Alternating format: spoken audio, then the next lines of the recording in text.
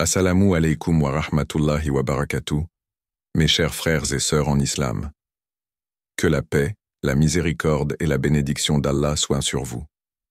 Avant de commencer cette vidéo, n'oubliez pas de liker cette vidéo car cela nous donne beaucoup de force pour continuer à partager du contenu bénéfique.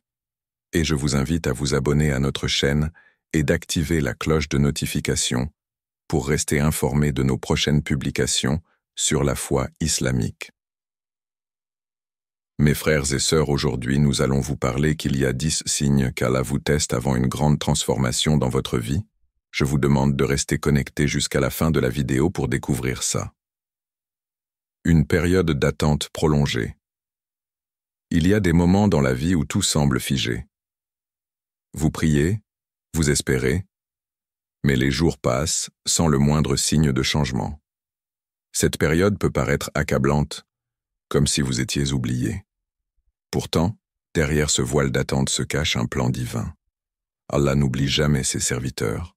Ce que nous percevons comme un retard est en réalité une préparation. Quand Allah nous fait attendre, ce n'est jamais sans raison. C'est une épreuve, oui, mais aussi une opportunité. Une opportunité de grandir, de nous examiner nous-mêmes et de nous purifier de nos intentions parfois égoïstes. Souvent, nous demandons des bénédictions alors que notre cœur n'est pas prêt à les recevoir.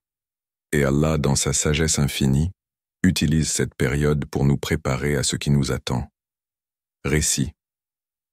Prenons l'exemple de Younous. Ce jeune homme avait de grands rêves. Il priait chaque nuit avec ferveur, demandant à Allah de lui ouvrir une porte qui changerait sa vie. Les jours se transformèrent en mois, puis en années. Rien ne se produisait. Younous commença à douter. Mes prières sont-elles rejetées? Pensait-il. Un jour, alors qu'il méditait seul dans une mosquée, il croisa un vieil homme. Le vieillard, après la prière, se tourna vers Younous et lui dit « Mon fils, parfois, Allah retarde les réponses à nos prières pour nous apprendre que tout vient de lui. Si tout ce que tu demandes t'était donné immédiatement, où serait ta patience? Où serait ta foi dans sa sagesse ?» Ces mots résonnèrent dans le cœur de Younous. Il réalisa que ses attentes n'étaient pas vaines. Elles l'avaient rendu plus humble, plus patient et plus conscient de sa relation avec Allah. Peu de temps après, une opportunité inattendue se présenta à lui. Et cette fois, il était prêt à l'accueillir avec reconnaissance et humilité. Question pour le spectateur. Et vous? Combien de fois avez-vous prié pour quelque chose et ressenti le silence comme une réponse? Est-ce que ce silence vous a découragé ou vous a-t-il poussé à chercher la proximité d'Allah? Pensez-y. Et si cette attente n'était pas un refus, mais une bénédiction déguisée? Réflexion spirituelle. La période d'attente est semblable à une terre aride. En surface, elle semble vide, infertile. Mais en profondeur, des graines germent, nourries par la patience et la foi. Chaque prière, chaque larme, est comme une goutte de pluie qui alimente cette croissance invisible. Un jour, vous verrez les fruits de votre patience éclore et vous comprendrez pourquoi cette période était nécessaire. Lien avec le Coran. Allah nous rappelle l'importance de la patience et de l'endurance face aux défis.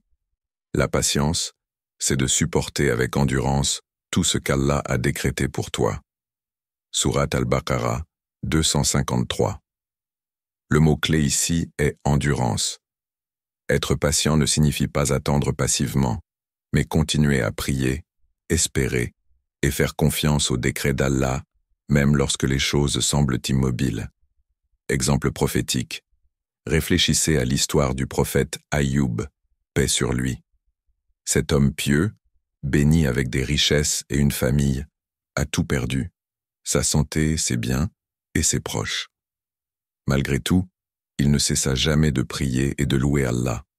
Son attente dura des années, mais lorsqu'Allah le libéra de son épreuve, ses bénédictions furent multipliées au-delà de ses espérances. Cette histoire n'est-elle pas un rappel que la patience sincère est toujours récompensée? Dialogue intérieur. Quand vous vous trouvez dans une période d'attente, posez-vous cette question. Qu'est-ce qu'Allah essaie de m'enseigner à travers cette épreuve? Souvent, nous sommes si concentrés sur l'issue que nous oublions la valeur du voyage. Allah veut peut-être que vous réévaluiez vos priorités, que vous corrigiez votre intention, ou que vous appreniez à placer votre confiance totale en lui. Appel à l'action. Dans cette période d'attente, ne restez pas inactif. Utilisez ce temps pour vous rapprocher d'Allah. Augmentez vos prières nocturnes, récitez le Coran et multipliez les actes de bienfaisance. Ce que vous semez dans cette période sera récolté au moment où vous en aurez le plus besoin. Mot d'encouragement. Rappelez-vous que tout a un temps fixé par Allah. Votre supplication n'est pas oubliée. Chaque mot que vous prononcez, chaque larme que vous versez, est entendu par celui qui est As-Sami', celui qui entend tout, et Al-Basir, celui qui voit tout. Et quand le moment viendra, vous serez surpris de voir comment Allah transforme vos attentes en bénédictions qui dépassent vos rêves. Les épreuves financières. Les épreuves financières sont souvent perçues comme des fardeaux lourds à porter. Perdre son emploi, faire face à des dettes accablantes ou lutter pour subvenir aux besoins de sa famille peut sembler être une situation désespérée. Cependant, dans ces moments de grande précarité, Allah nous rappelle une vérité essentielle. Le véritable soutien ne vient pas de notre compte en banque, mais d'Allah seul. Les épreuves financières ne sont pas une punition, mais une occasion de purification. C'est une chance de réévaluer ce que nous considérons comme véritablement important et d'apprendre à placer notre confiance en celui qui détient tout dans ses mains. Quand l'argent semble s'échapper de nos doigts, c'est en réalité une invitation à nous tourner vers celui qui est Al-Razzaq, le pourvoyeur, celui qui accorde les bénédictions matérielles et spirituelles selon sa sagesse. Récit. Prenons l'histoire d'Amina, une femme pieuse qui vivait une vie prospère. Mais un jour, une série d'événements imprévus la privèrent de tous ses biens. Elle perdit son emploi, ses économies fondirent, et sa famille dut faire face à des difficultés financières immenses. Malgré la pression de sa situation, Amina ne se laissa pas submerger par la peur. Chaque soir, avant de s'endormir, elle récitait des versets du Coran, répétant avec conviction « Allah est le pourvoyeur, détenteur de la force et de la puissance ». Sourate Ad-Dariyat 51-58. Ces nuits étaient souvent accompagnées de larmes silencieuses, mais ces larmes étaient celles de la foi. Elle comprenait que la véritable richesse résidait dans la tranquillité du cœur, dans la certitude que rien n'échappe à la volonté divine. Les mois passèrent sans qu'elle ne voie une amélioration significative de sa situation. Mais Amina ne perdait jamais espoir. Elle savait qu'Allah la soutiendrait.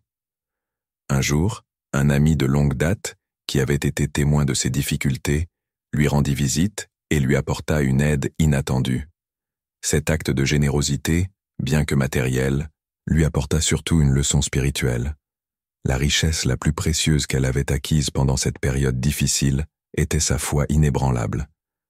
Elle se rendit compte que cette épreuve, aussi douloureuse soit-elle, l'avait rapprochée d'Allah. Elle n'était plus attachée aux biens matériels comme elle l'était auparavant. Elle avait appris que la véritable richesse est celle du cœur, la richesse spirituelle qui ne se déprend jamais. Question pour le spectateur. Et vous, comment réagissez-vous face à une perte soudaine? Lorsque vous êtes confronté à des difficultés financières, cherchez-vous d'abord des solutions humaines ou vous tournez-vous vers Allah en sachant que c'est lui seul qui pourvoit à vos besoins? Cette épreuve pourrait-elle être l'occasion de réévaluer où se trouve vraiment votre richesse? Réflexion spirituelle. Nous vivons dans un monde où l'argent et la possession de biens sont souvent perçus comme les mesures du succès. Mais Allah nous rappelle dans le Coran que tout ce que nous possédons n'est qu'un prêt temporaire. Il nous le confie pour un temps, mais en vérité, tout appartient à lui. Quand nous sommes dans une situation où nous manquons de ressources, la tentation de céder à la panique est grande. Mais c'est dans ces moments-là que notre foi est testée. C'est alors que nous devons nous rappeler que notre richesse spirituelle ne dépend pas de ce que nous avons, mais de notre relation avec Allah. Allah, dans sa miséricorde infinie, nous enseigne à travers ces épreuves la valeur de la dépendance absolue à lui. Même lorsque tout semble perdu, il est celui qui détient la clé de chaque porte fermée. Lien avec le Coran. Allah nous dit dans le Coran, « Nous vous éprouverons très certainement par un peu de peur, de faim et de diminution de biens, de personnes et de fruits, et fait la bonne annonce aux endurants. » Sourate Al-Baqarah, 255. Ce verset est un rappel que les épreuves font partie de la vie. Elles ne sont pas là pour nous détruire, mais pour nous purifier et nous préparer à des bénédictions plus grandes, souvent dans des moments où nous nous y attendons le moins. Exemple prophétique. Le prophète Muhammad, paix et bénédiction sur lui, a lui-même traversé des périodes de privation. À un moment donné, lui et sa famille n'avaient pas de nourriture. Il jeûnait parfois sans savoir quand il pourrait manger. Cependant, malgré les épreuves, il n'a jamais perdu sa foi en Allah. Au contraire, ces moments difficiles étaient l'occasion pour lui de rappeler aux autres que la véritable richesse réside dans la foi et la patience. Dialogue intérieur. Dans ces moments de pénurie, demandez-vous, est-ce que je fais confiance à Allah pour subvenir à mes besoins?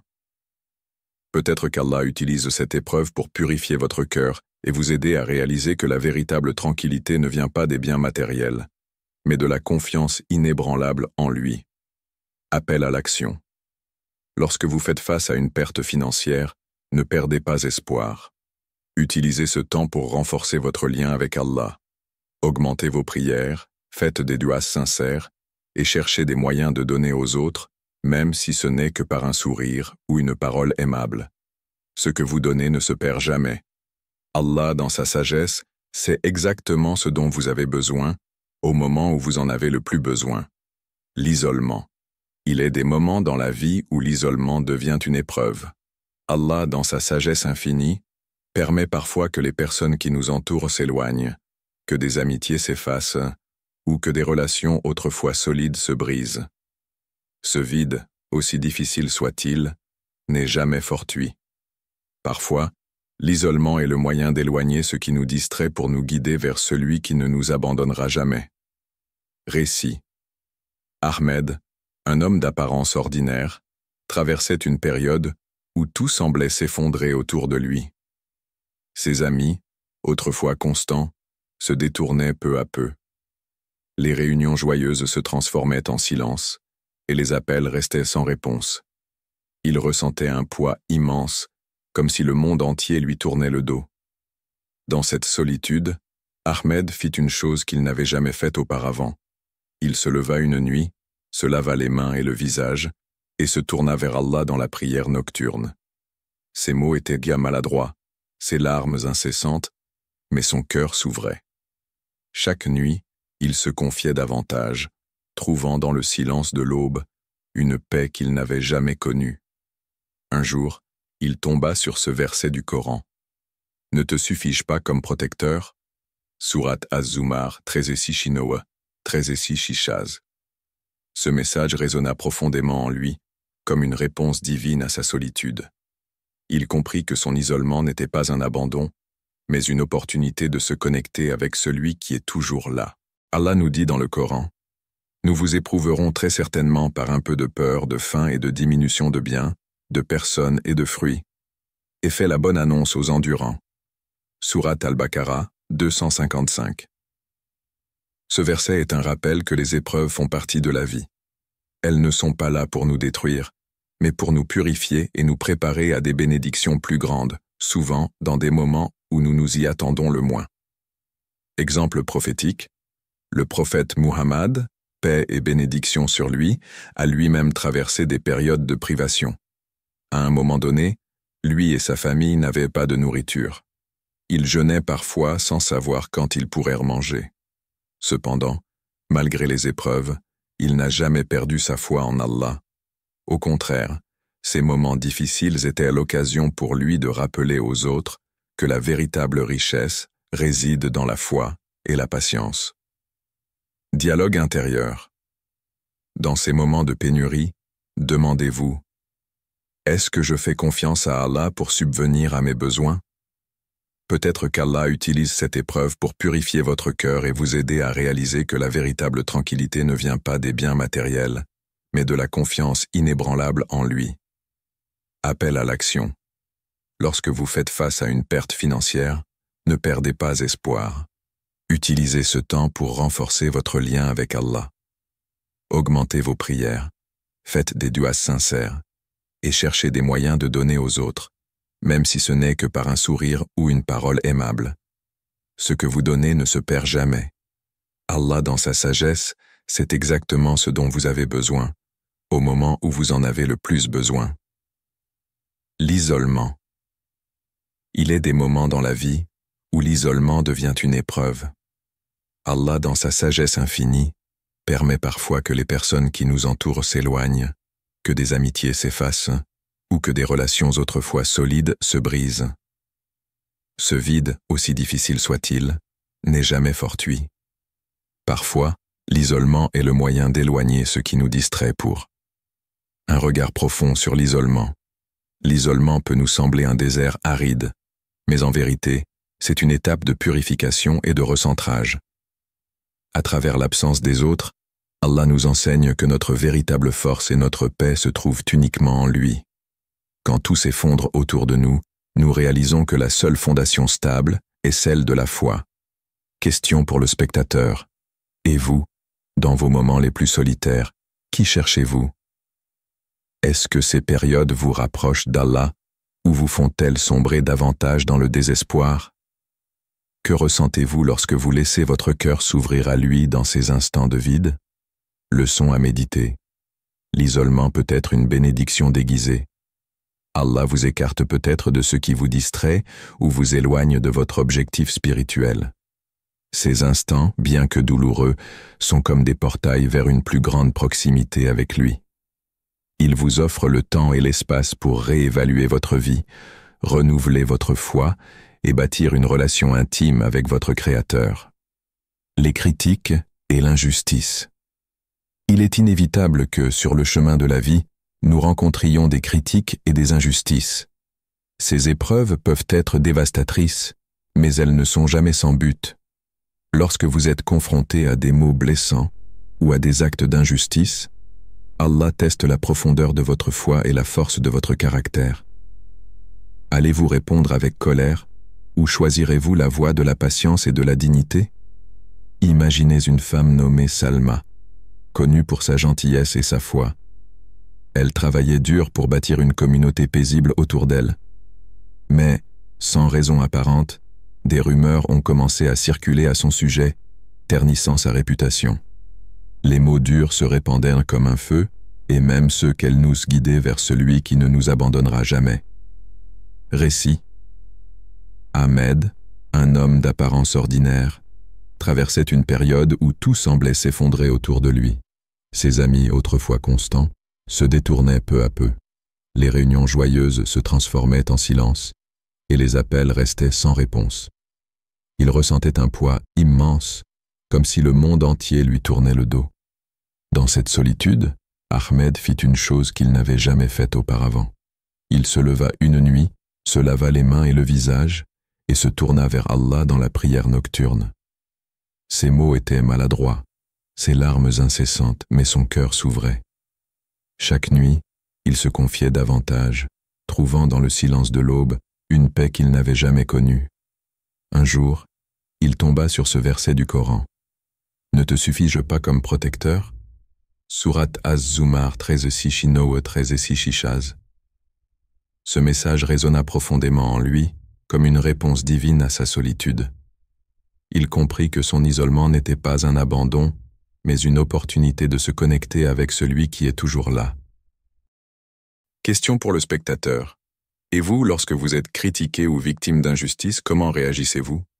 Laissez-vous la colère prendre le dessus, ou trouvez-vous la force de remettre vos affaires à Allah et de répondre avec bienveillance? Une leçon à appliquer. Rappelez-vous que les critiques et l'injustice ne sont pas des punitions, mais des occasions de croissance. Chaque insulte et chaque accusation sont des opportunités pour prouver votre patience et renforcer votre foi. En choisissant de ne pas répondre avec colère, vous ne vous abaissez pas au niveau de vos détracteurs, mais vous vous élevez à un niveau spirituel supérieur. Inspiration prophétique. Le prophète Muhammad, paix et bénédiction soient sur lui, est notre modèle suprême dans ces moments.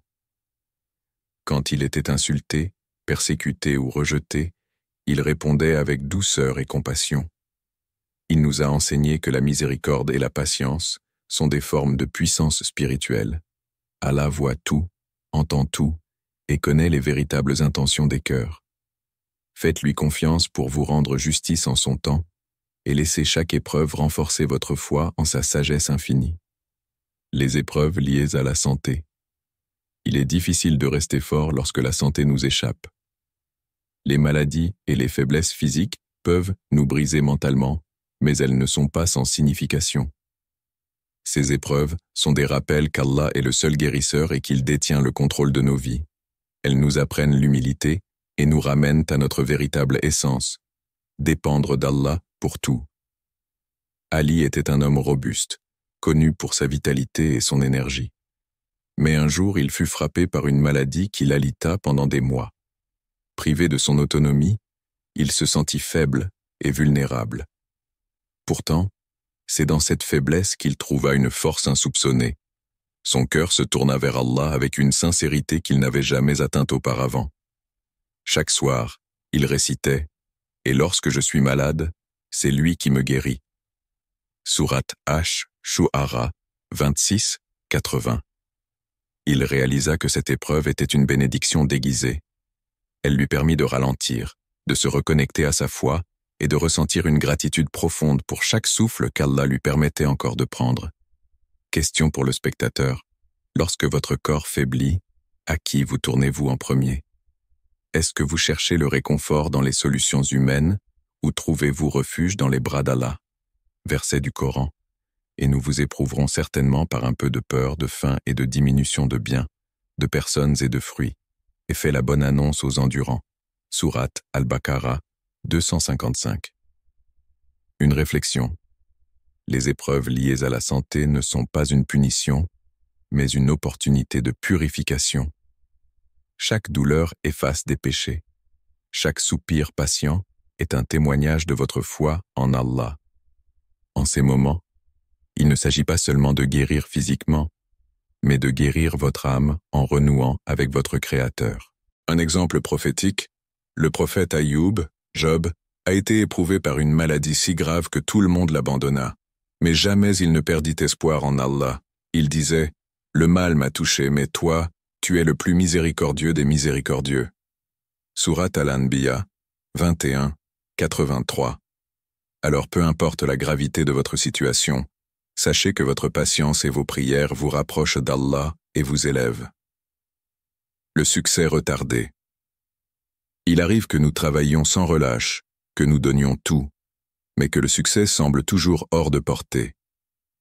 Dans ces moments, Allah nous apprend que la patience et la persévérance sont plus précieuses que les résultats immédiats. Récite. Samir était un étudiant brillant qui rêvait de devenir médecin. Il échoua plusieurs fois à ses examens, malgré des nuits blanches et des efforts incessants. Chaque échec semblait plus lourd que le précédent, mais il continuait à prier et à demander l'aide d'Allah. « Mon Seigneur, ouvre-moi ma poitrine et facilite ma mission. » Sourate Taha 20-25 à 26. Après des années d'efforts et de prières, il réussit finalement. Mais ce qu'il apprit de ces épreuves fut encore plus précieux que son diplôme. Il découvrit que le véritable succès réside dans la confiance en Allah et dans le chemin parcouru, pas seulement dans le résultat. Question pour le spectateur. Avez-vous déjà ressenti que malgré vos efforts, vos rêves semblaient inaccessibles? Et si Allah retardait votre succès pour vous enseigner des leçons que vous ne pourriez apprendre autrement? Verset du Coran. Il se peut que vous détestiez une chose alors qu'elle est un bien pour vous. Sourate Al-Baqarah 216. Une leçon à retenir. Le retard d'Allah n'est jamais un refus. Parfois, il nous prépare pour quelque chose de plus grand que ce que nous avions imaginé. Ces moments nous enseignent la résilience, la gratitude et la foi. Une perspective inspirante. Imaginez planter une graine. Vous ne pouvez pas voir les racines qui poussent sous terre, mais elles se renforcent pour soutenir l'arbre qui grandira bientôt. De la même manière, Allah travaille dans l'invisible pour préparer votre avenir. Ayez confiance en son timing parfait. les plans changés par Allah. Dans nos vies, nous planifions, nous rêvons, et nous nous efforçons de tout organiser. Mais parfois, tout bascule. Les plans que nous avions soigneusement élaborés échouent, et nous nous demandons pourquoi. Cependant, ce que nous voyons comme un échec peut être en réalité un réajustement divin. Allah, dans sa sagesse infinie, connaît ce qui est meilleur pour nous, même si cela n'est pas évident à première vue. Récit. Leïla était sur le point de démarrer son entreprise de rêve. Après des mois de travail acharné, son projet échoua brusquement à cause d'un problème financier inattendu. Dévastée, elle passa des semaines à questionner Allah, à lui demander pourquoi cela lui arrivait alors qu'elle avait tout fait correctement. Un an plus tard, elle découvrit qu'un concurrent ayant lancé une entreprise similaire avait subi de lourdes pertes en raison de changements imprévisibles dans le marché. Leïla réalisa alors que son échec apparent avait en réalité été une protection d'Allah contre un désastre futur. Elle se rappela ce verset « Il se peut que vous détestiez une chose alors qu'elle est un bien pour vous ».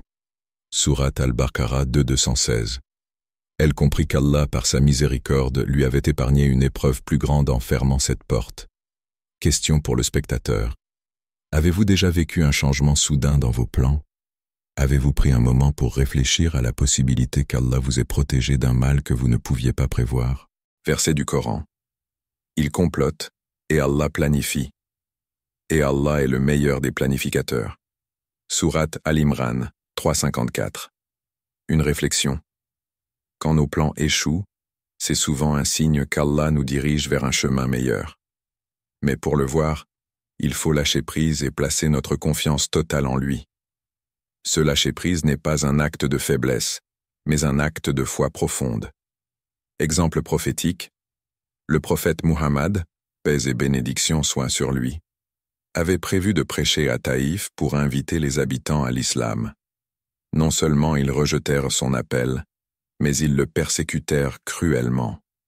Pourtant, cette épreuve ouvrit la voie à quelque chose de bien plus grand, le soutien des habitants de Médine et l'établissement de la communauté musulmane. Une leçon à retenir. Lorsque vos plans changent de manière inattendue, rappelez-vous que vous ne pouvez pas voir toute l'image, mais Allah, lui, la voit. Parfois, ce que vous percevez comme une perte est en réalité une opportunité d'évoluer, de grandir et de vous rapprocher de lui. Une métaphore. Imaginez que vous êtes dans un labyrinthe, perdu, cherchant désespérément une issue. De votre perspective, tout semble confus. Mais Allah, lui, voit tout le labyrinthe d'en haut. Il sait exactement où il doit vous guider pour que vous trouviez la sortie. Les prières qui semblent rester sans réponse. L'un des tests les plus subtils mais puissants qu'Allah peut nous faire traverser est celui des prières qui, à nos yeux, semblent ne jamais être exaucées. Nous demandons, nous invoquons, avec une foi ardente. Mais les jours, les mois, voire les années passent, et nous ne voyons aucun changement. Cette épreuve est un rappel que la sagesse divine dépasse notre compréhension limitée et que chaque prière, même silencieuse, est entendue. Récit inspirant. Hamid, un homme pieux, priait depuis des années pour obtenir un travail stable afin de subvenir aux besoins de sa famille. Chaque jour, il se levait avant l'aube, levant les mains vers le ciel, récitant « Invoquez-moi, je vous répondrai ». Sourate Ghafir 40-60. Pourtant, rien ne changeait. Il voyait autour de lui des gens prospérer, des opportunités surgir pour d'autres, mais lui restait dans l'attente. Découragé, il commença à douter de sa propre foi. Un soir, il rencontra un vieil homme à la mosquée qui lui dit « Mon fils, les prières ne sont jamais sans réponse. Parfois, Allah nous accorde immédiatement ce que nous demandons. Parfois, il retarde la réponse car ce n'est pas encore le bon moment. Et parfois, il nous donne quelque chose de meilleur dans l'au-delà. Continue de prier, car chaque invocation est une graine que tu plantes pour l'éternité. » Ces mots résonnèrent en Hamid, et il réalisa que sa prière l'avait rapproché d'Allah, qu'elle avait cultivé en lui la patience et la persévérance. Quelques mois plus tard, il trouva un emploi, bien mieux rémunéré et stable, que tout ce qu'il aurait pu imaginer. Question pour le spectateur. Et vous? Avez-vous une prière chère à votre cœur, une demande qui semble rester sans réponse? Avez-vous réfléchi à la possibilité qu'Allah vous prépare pour quelque chose de plus grand ou vous protège d'un mal que vous ne pouvez pas percevoir? Verset du Coran. Mais il se peut que vous détestiez une chose alors qu'elle est un bien pour vous, et il se peut que vous aimiez une chose alors qu'elle est un mal pour vous. Allah sait, tandis que vous ne savez pas. Sourate Al-Baqarah 2:216. Leçon spirituelle. Lorsque nos prières semblent rester sans réponse, ce n'est pas parce qu'Allah nous ignore ou nous punit. C'est souvent parce qu'il sait ce dont nous avons réellement besoin, mieux que nous-mêmes. Dans cette attente, il nous façonne, renforce notre foi et nous enseigne la soumission à sa volonté. Exemple prophétique. Un exemple puissant de cette vérité se trouve dans l'histoire du prophète Zacharia, paix sur lui. Il pria pendant des années pour avoir un enfant. Déjà avancé en âge, sa femme étant stérile, beaucoup auraient abandonné, mais Zacharia persista dans ses invocations avec une foi inébranlable. Allah finit par exaucer sa prière en lui donnant un fils, Yahya, Jean-Baptiste, paix sur lui, qui devint un prophète. Ce long délai n'était pas une absence de réponse, mais une période de préparation pour un cadeau immense. Une métaphore pour mieux comprendre. Imaginez un agriculteur qui plante des graines dans un sol fertile. Il arrose, il attend, et il ne voit rien pendant des semaines. Mais sous la surface, les graines germent, se préparent à éclore. Si l'agriculteur perd patience et arrête d'arroser, il ne verra jamais les fruits de son travail. Les prières fonctionnent de la même manière. Allah travaille dans l'invisible, préparant quelque chose de meilleur pour vous, même si vous ne le voyez pas immédiatement. Une réflexion personnelle. Dans nos moments d'attente, nous oublions souvent que la prière elle-même est un acte d'adoration. Chaque fois que vous priez, vous établissez un lien direct avec votre Créateur. Ce lien est plus précieux que n'importe quelle réponse matérielle. Parfois, Allah prolonge l'attente pour renforcer cette relation. Histoire coranique. L'histoire de Hajar, la femme du prophète Ibrahim, paix sur lui, illustre également cette vérité. Perdue dans le désert avec son fils Ismaël, elle courut entre les collines de Safa et Marwa, cherchant désespérément de l'eau. Elle ne trouva rien, mais sa foi et ses efforts furent récompensés de manière inattendue. Allah fit jaillir la source de Zamzam, une bénédiction qui continue de nourrir les pèlerins jusqu'à aujourd'hui. Hajar n'a jamais abandonné, et son épreuve est devenue une leçon éternelle pour l'humanité. Une question pour méditer. Si chaque prière est une porte qui s'ouvre, êtes-vous prêt à patienter pour voir ce qu'il y a derrière, ou êtes-vous tenté de renoncer avant même de l'atteindre? Verset du Coran. Et ton Seigneur n'est jamais inattentif à ce que vous faites. Sourate Hud 11:123. Une invitation. La prochaine fois que vous invoquez Allah, ne limitez pas votre confiance à ce que vous pouvez voir ou comprendre. Abandonnez-vous à sa sagesse et rappelez-vous qu'il est Al-Hakim, le sage, et Al-Latif, le subtil, celui qui agit toujours dans notre intérêt, même si cela n'est pas apparent sur le moment. Qu'Allah purifie nos cœurs, qu'il nous guide à aider avec sincérité et discernement, et qu'il fasse de nos actions des ponts qui mènent à sa miséricorde. Amina. Chers frères et sœurs en islam, n'oubliez pas encore de liker cette vidéo et de vous abonner sur cette chaîne. Qu'Allah vous bénisse.